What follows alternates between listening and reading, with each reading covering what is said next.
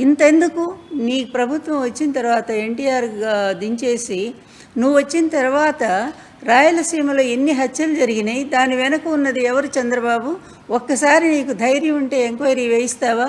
14 మందిని చంపించావు, వెనక పరోక్షంగా నువ్వే ఉన్నావు. ఉంటే మరి నిజంగా నీకే సంబంధం లేకపోతే నీ ప్రభుత్వంలో జరిగిన హత్యలకి కనీస బాధ్యత తీసుకున్నావా నువ్వు? వాళ్ళు ఎవరినైనా అరెస్ట్ చేయించావా? ఒక్కళ్ళు కూడా అరెస్ట్ కాలేదే. 14 మంది రాయలసీమలో చనిపోయారు. ముఖ్యంగా ఎక్కువ రెడ్డి వర్గానికి సంబంధించినటువంటి వాళ్లే చనిపోయారు. మరి వీటన్నిటి కారకుడు నువ్వు కదా.